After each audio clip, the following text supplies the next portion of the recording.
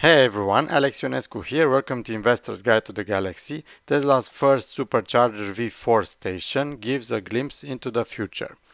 Royal Caribbean Group to use SpaceX Starlink in an industry first to provide high-speed internet on board full cruise fleet.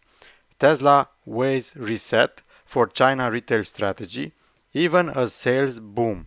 Let's dive right into it. Tesla stock price today up 3.59%. Year to date down 24%, past year up 20%. The market cap of Tesla stands now at $948 billion with a price to earnings ratio of 108. Tesla's first Supercharger V4 station with megapack and solar gives a glimpse into the future. A few months ago we reported on Tesla Supercharger V4 design being revealed in the plans for a new station. Tesla is believed to be ramping up production of the new charger in order to start deployment across the US soon. The new charger is expected to feature a potential for a higher charge rate, which is currently capped at 250 kilowatts for the Supercharger V3, and a solution to allow CCS charging for non-Tesla electric vehicles. But it could also come with increased deployment of energy storage and solar power at charging stations. Tesla CEO Elon Musk has been promising that Tesla will power all supercharger stations from solar and batteries for a long time, but the rollout has been significantly delayed. Back in 2016, Musk told me that Tesla was waiting for the new Supercharger V3 to accelerate the deployment. Supercharger V3 has since arrived, and Tesla did accelerate the deployment of solar arrays at superchargers, but the charger is still only deployed at a minority of new stations. Now we learn one of the first Tesla Supercharger V4 station planned for construction, and the plan shows both solar and energy storage. Marco on Twitter. The world's first known V4 supercharger is coming soon to Yuma County, Arizona.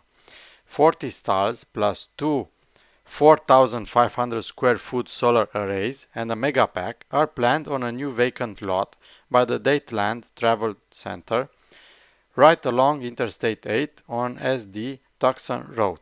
Electrek's take: I have a feeling Tesla will finally fulfill its promise of deploying solar and storage at supercharger stations with a new V4 version.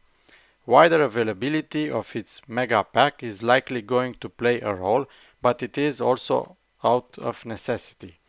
Demand charges are growing through the roof in some important markets for Tesla, including California, and it is badly affecting charging network operators. While the cost of charging a Tesla at a supercharger is still cheap than gas, and also not something you do as often as going to a gas station, owners have been complaining about the rising cost. This is a way for Tesla to take more control over its superchargers' cost. Royal Caribbean Group to use SpaceX Starlink in an industry first to provide high-speed internet on board full cruise fleet. Royal Caribbean Group announced today its plans to implement SpaceX Starlink, making the group the first in the cruise industry to adopt its high-speed, low-latency connectivity for a better onboard experience for guests and crew fleet-wide. The innovative broadband internet service will be installed on all Royal Caribbean International, Celebrity Cruises, and Silver Sea Cruises ships, along with all new vessels for each of the brands.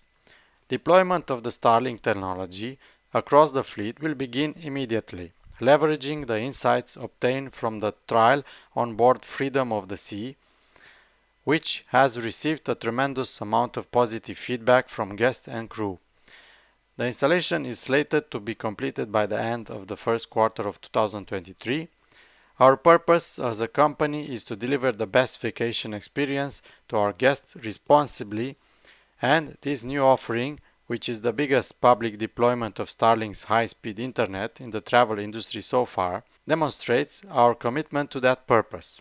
Faster and more reliable internet will also make it easier for guests and crew to remain connected to work, family, and friends, no matter where they are in the world. On a tweet from Royal Caribbean Group, you can see the Starlink devices already installed on a ship. Tesla weighs reset for China retail strategy even as sales boom. Tesla is re-evaluating the way it sells electric cars in China, its second largest market, and considering closing some showrooms in flashy malls in cities like Beijing, where traffic plunged during COVID restriction, two people with knowledge of the plans said. The shift would put more emphasis on stores in less costly suburban locations that can also provide repairs as the company works to meet Elon Musk's goal of improving service for existing customers, many of whom have complained of long delays, they said. As part of that push, Tesla is looking to ramp up hiring of technicians and other staff for service jobs in China, one of the people said. Tesla's China recruitment website showed more than 300 openings for service jobs as of Thursday. Musk said last week on Twitter in response to a Tesla owner in Texas who complained that he had been waiting a month to get his vehicle fixed, that he made advancing Tesla service to make it awesome a top priority. Unlike mainstream automakers, Tesla owns all of its own stores rather than relying on dealers. It also sells its cars online. That has allowed it more leeway to adjust retail strategy that had been initially modeled on Apple stores. The automaker sold 400,000 China-made Model 3 and Model Y cars in the first 8 months of the year, with 60% of them sold locally, according to China Passenger Car Associations. That was 67% more than a year ago. The change in Tesla's approach in China, where it has become the second largest EV brand behind BYD, would reflect a recognition that it has to build customer loyalty now that it has established its brand in the world's largest car market, one analyst said.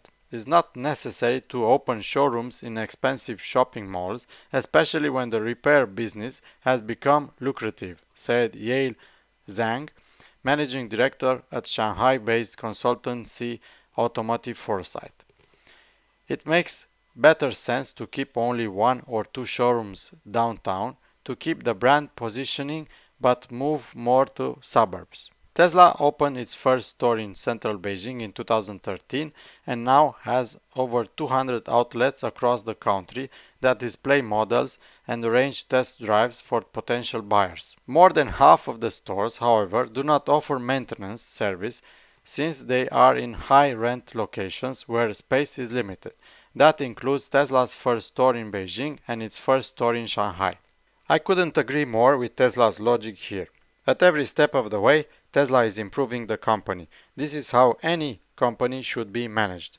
Kudos to them.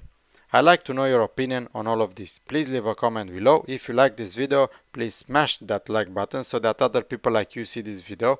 And don't forget to subscribe to my channel. Thank you very much and I appreciate all of you that watch my videos. See you next time.